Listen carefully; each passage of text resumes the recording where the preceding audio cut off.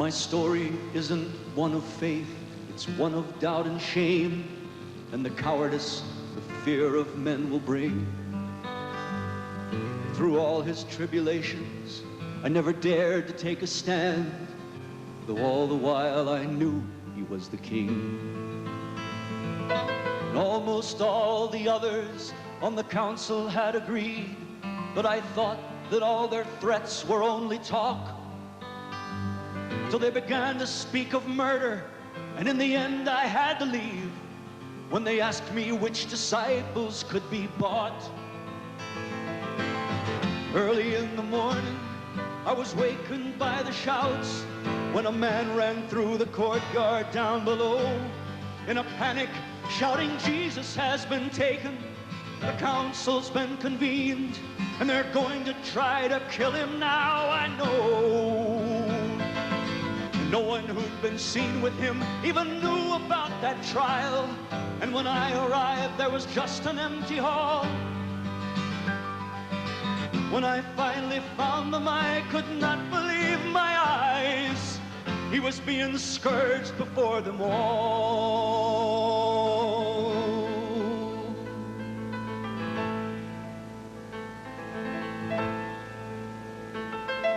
The crowd screamed out for murder, but he never made a sound, and at last they led him back inside the door.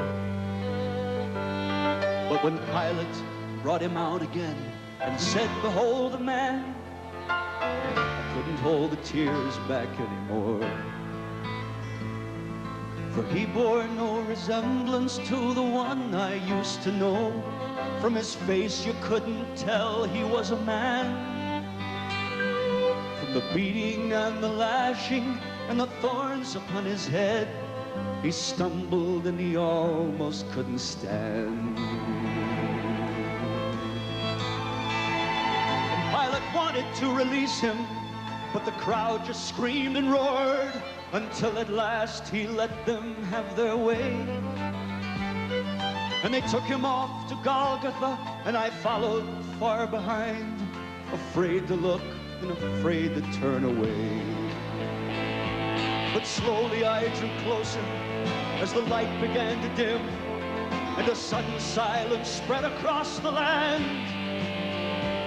And at noon it grew like midnight, as if no one were allowed to witness what was happening to this man. My God, what have I done to turn your back on me? His scream of anguish echoed down the hill, and it seemed I heard the misery and the sickness and the sin of every man who ever lived or ever will. And in agony, he raised himself and he pulled against the nails, just enough to fill his lungs for one more cry. "It is finished, Father, unto you I now commit my life." And he breathed his last, and he bowed his head, and he died.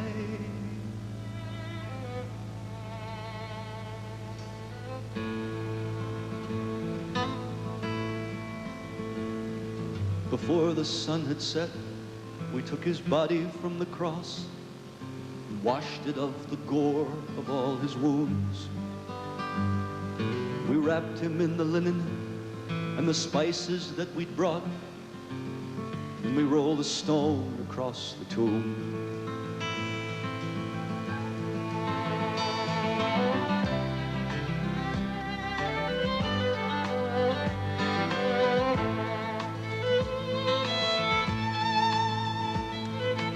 First it was the women, and then Peter said so too.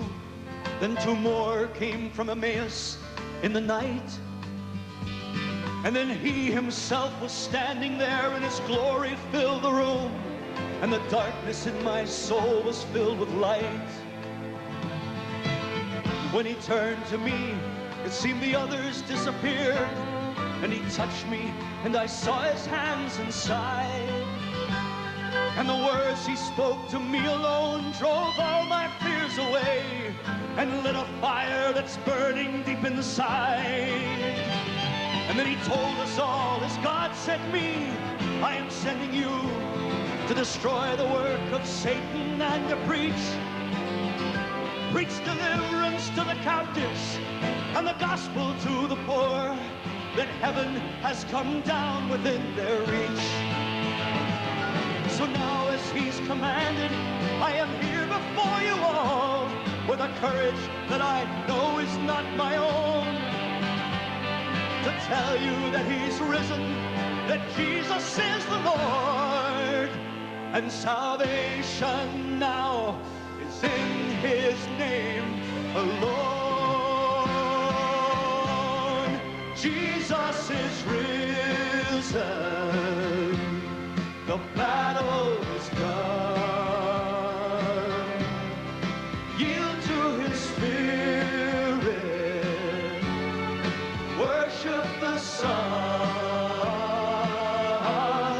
take his forgiveness, let healing start. Jesus is Lord now. Open your heart. Jesus is risen. The battle is done. Yield to his spirit. Worship the Son.